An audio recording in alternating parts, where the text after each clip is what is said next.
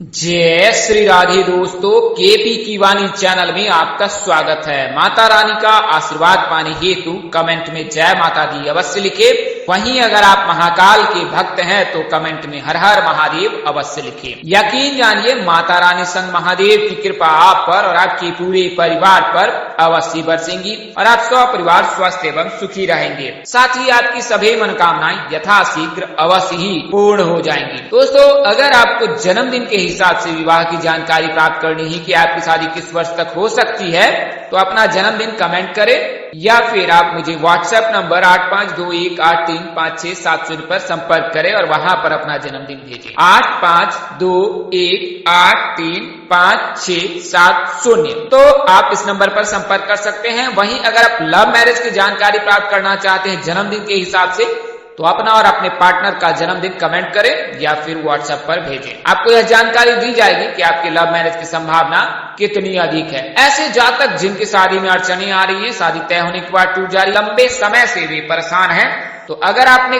ज्योतिष से सलाह ले ली है, विवाह तय नहीं हो रहा है, तय हो रहा है तो टूट जा रहा है रिश्ता, तो अब आप केपी की वाणी से संपर्क कर विवाह संबंध की संपूर्ण जानकारी प्राप्त कर सकते हैं कि आपकी शादी कब होगी, कहाँ होगी, कैसे होगी, किससे होगी, किस दिशा में होगी, कितनी दूरी पर होगी, किस नाम से होगी, किस राशि से करनी चाहिए, जीवन साथी का रंग रूप स्वरूप स्वभाव और उनका करियर कैसा होगा, आपका करियर कैसा रहेगा।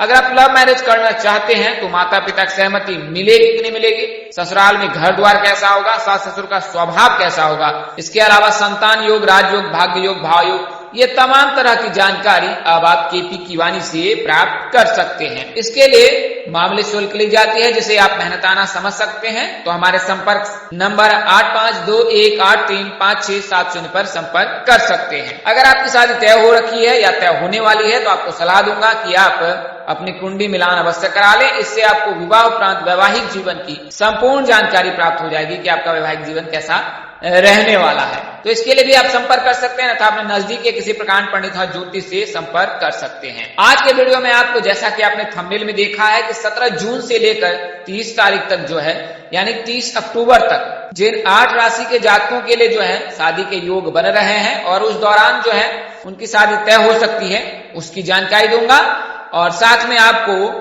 विवाह संबंध के बारे में पूर्ण जानकारी दूंगा कि इन दिशा में हो सकती है, किस नाम से हो सकती है, किस राशि से हो सकती है।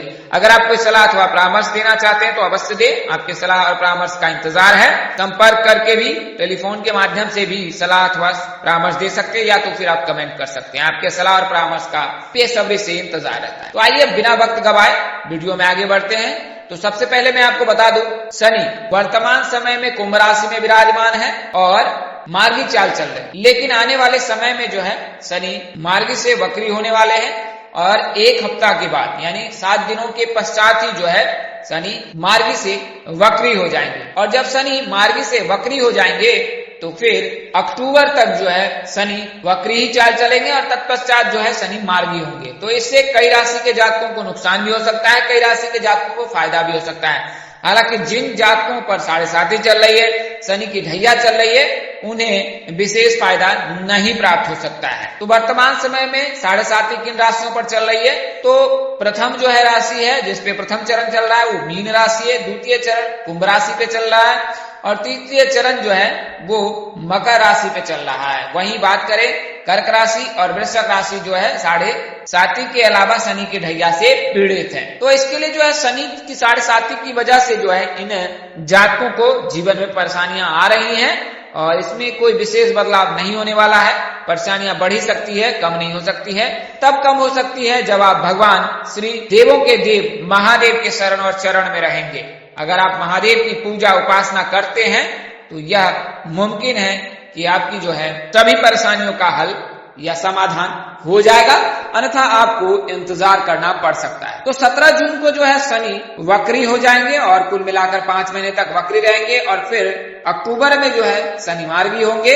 अक्टूबर का महीना बेहद खास रहने वाला है। तो 17 तारीख से यानी 17 जून से लेकर 30 अक्टूबर तक जो है इन राशि के जातकों के लिए शुभ समय रहेगा और 30 अक्टूबर को जब राहु और केतु का गोचर होगा भिन्न भिन्न राशियों में, तो फिर उनके लिए शुभ योग बनाएगा। तो प्रथम मैंने आपको शनि के बारे में बताया है। शनि जो है न्याय के देवता है अच्छे कर्म करने वाले को अच्छा फल देते हैं, बुरे कर्म करने वाले को सजा देते हैं। इसके लिए उन्हें न्याय का देवता कहा जाता है। शनिदेव की लोगों के मन में शनिदेव को लेकर विभिन्न प्रकार के कलमश है।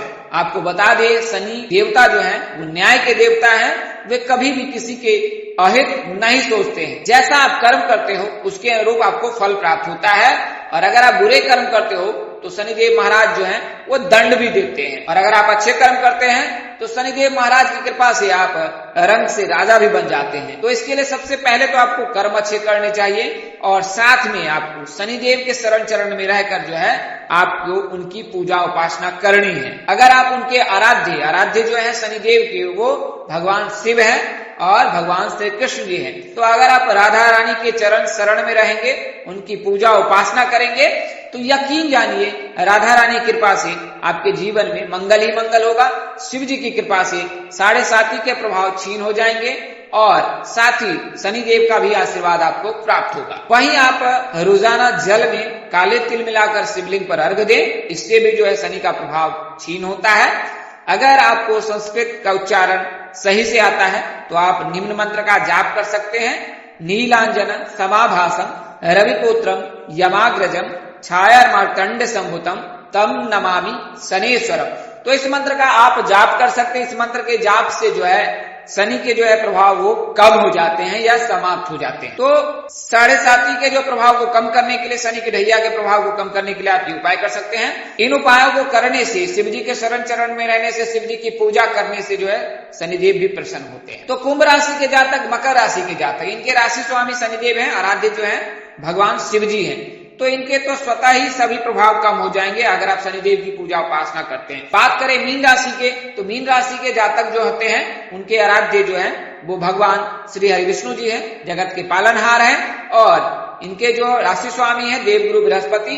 अगर गुरु मजबूत रहता है जातक की कुंडली में तो कभी उसे धन का अभाव नहीं होता है। तो अगर किसी कारणवश आपकी आर्थिक स्थिति चरमरा गई है तो आप इसका विश्लेषण करें, और विश्लेषण के साथ ही आप भगवान श्री हरि विष्णु जी के शरण चरण में रहें और देवगुरु बृहस्पति के शरण चरण में रहें, आपका अवश्य कल्याण होगा। तो राहु केतु का गोचर जो है प्रमुख राशियों में होने जा रहा है। तो अभी वर्तमान समय में राहु मेष राशि में है, लेकिन 30 अक्टूबर के दिन जो है वो मेष राशि से निकलकर मीन राशि में प्रवेश कर जाएंगे, क्योंकि राहु और केतु वक्री चाल चलते हैं। इसके लिए मेष से आगे वृषभ राशि में ना प्रवेश कर मीन राशि में प्रवेश कर जाएंगे वक्री चाल चलकर, और वहीं तुला राशि से निकल कर केतु वक्री चाल चलकर कन्या राशि में। तो राहु केतु जो है द्विस्वभावी होते हैं। समुद्र मंथन के समय में जो है भगवान विष्णु ने सुदर्शन चलाकर जो है इनके ग्रीवा को धर से अलग कर दिया था। तत्पश्चात हालांकि उस समय तक ये अमृत पान कर चुके थे अल्प मात्रा में, इसके लिए जो है ये अमर हो गए हैं। और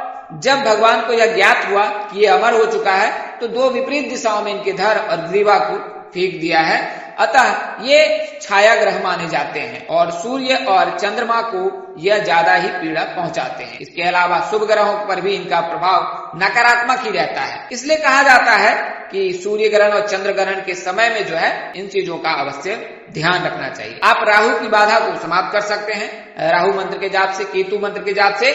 वहीं अगर आप शिव जी की शरण चरण में रहते हैं तो ये स्वतः ही समाप्त हो जाता है। तो 17 जून को जो है शनि मार्गी से वक्री हो जाएंगे, और फिर 30 अक्टूबर को जो है राहु और केतु का गोचर हो जाएगा और शनि भी उसके पश्चात मार्गी हो जाएंगे। तो कुल मिलाकर कहें कि 5 महीने में जातकों के लिए रिश्ते तय होने के प्रबल योग है। अब बात करें कि अच्छे घर में विवाह, तो अच्छे घर में विवाह तब होता है जब आपके जीवन साथी के भाव में जो है मंगल गुरु सूर्य उपस्थित होता है, तो फिर अच्छे घर में विवाह होता है।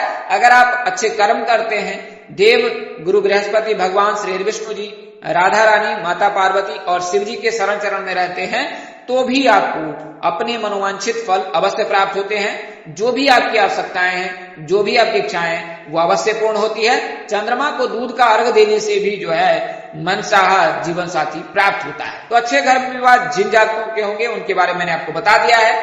आप इसके लिए गुरुवार का व्रत कर सकते हैं। लड़के जो है सोमवार का व्रत करें, शिव जी की पूजा करें, चंद्रमा को दूध का अर्घ दे। अगर दूध का अभाव है या आपकी आर्थिक स्थिति अनुकूल नहीं है तो जल में सफेद फूल डालकर आप संध्या काल में जो चंद्रमा को जल का अर्घ दे, इससे भी जो है चंद्रमा मजबूत होता है। चंद्रमा मजबूत रहने से माताजी के साथ जो है माताजी का जो रिश्ता है या माताजी की जो स्वास्थ्य है वो बेहद मधुर रहता है, अच्छा रहता है। तो अच्छे घर में तब विवाह होता है। अब बात करें राशियों की, तो आपको क्रमशः मैं आपकी राशियां बता देता हूं जिनके नवंबर महीने में विवाह के प्रबल योग है, 100% योग है। तो नवंबर महीने में 100% योग कौन कौन सी राशियों के हैं? तो जब मेष राशि में राहु का गोचर हो रखा है और जब 30 अक्टूबर को राहु से निकलकर मेष राशि मीन राशि प्रवेश कर जाएंगे तो मेष राशि के जातकों के लिए शुभ योग बनाएगा। तो नवंबर के महीने से फिर मेष राशि के जातकों के लिए चांदी ही चांदी है। तो अगर आपकी राशि मेष है तो आपको इंतजार करना पड़ेगा, हालांकि इस दौरान शादी तय होने के भी योग बन सकते हैं। तो अगर आप मेष राशि के जातक हैं तो आपकी जो शादी है वो नवंबर में हो सकती है और गुरु के मार्गी होने से, गुरु के आपके ग्रह में आपकी राशि में गोचर करने से ऐसा योग बन रहा है। तो प्रथम राशि मेष राशि है और चूंकि मेष राशि से ही राहु गोचर करेंगे मीन राशि में, और जब मीन की अंतर्दशा चलती है, गोचर होता है, तो उस समय में जातक के लिए विवाह के योग बनाता है। तो मीन राशि के जातक, चूंकि शुक्र भी मीन राशि में हमेशा उच्च रहते हैं, तो जब 3 नवंबर को शुक्र का गोचर कन्या राशि में होगा तो मिथुन राशि मीन राशि के जातकों के लिए भी शुभ योग बनाएगा। तो दूसरी राशि मीन राशि है। इसके अलावा कर्क राशि, कर्क राशि के जातकों के चूंकि गुरु इनमें उच्च के होते हैं और शनि जो है, शनि की ढैया चल रही है, शनि वक्री चाल चल रहे हैं, उसके बाद मार्गी हो जाएंगे। तो शनि की दृष्टि पड़ने से ही कर्क राशि के जातकों के विवाह के योग बनेगा। तो ये जो राशि है उसके अलावा कन्या राशि है। कन्या राशि में चूंकि शुक्र का गोचर होगा, शुक्र लड़कों के विवाह के कारक माने जाते हैं, तो अगर आप कन्या राशि के जातक हैं तो आपके विवाह के योग बनेंगे।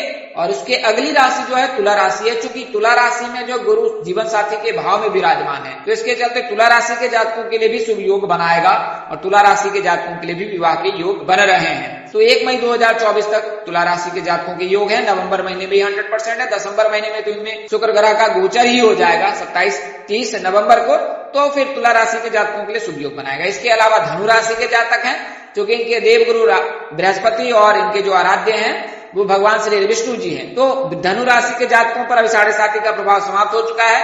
वर्तमान समय में अगर किसी जातक की कुंडली में किसी प्रकार का कोई दोष नहीं है तो उनके विवाह के योग नवंबर महीने में 100% है। अगली राशि मकर राशि है। चूंकि शनि मार्गी हो जाएंगे और शनि जब मार्गी होंगे और चूंकि शनि इनकी कुंडली में जो अंतिम चरण में चल रहे हैं, तो अंतिम चरण में जब भी गुरु का प्रभाव रहता है तो फिर विवाह के योग बनाता है। और जब शनि मार्गी हो जाएंगे तो मकर राशि के जातकों के भी विवाह के योग बनाएंगे। इसके साथ ही कुंभ राशि के जातक के विवाह के योग बनाएंगे, क्योंकि इनके आराध्य जो है शनिदेव ही है और राशि स्वामी इनके शनिदेव है, आराध्य जो है वो भगवान शिव जी है। तो आप अगर भगवान शिव जी के शरण चरण में रहते हैं तो ऐसा योग बन जाएगा 5 महीने के समय में आपकी शादी के। तो नवंबर के महीने में कुंभ राशि के जातक, मीन राशि के जातक, मकर राशि के जातक, धनु राशि के जातक, कन्या राशि के जातक, तुला राशि के जातक, इसके अलावा कर्क राशि और मेष राशि के जातकों के विवाह के 100% योग। और यह जानकारी आपको सत्यता पर आधारित है, इसमें किसी प्रकार का कोई फेरबदल नहीं किया गया है और ना ही इसमें किसी प्रकार के जो है गलत तथ्य प्रस्तुत किए गए हैं। ज्योतिष गणना, ग्रह राशि परिवर्तन और ग्रह दृष्टि के आधार पर आपको यह जानकारी दी थी। हमारा उद्देश्य आपको सूचना पहुंचाना था।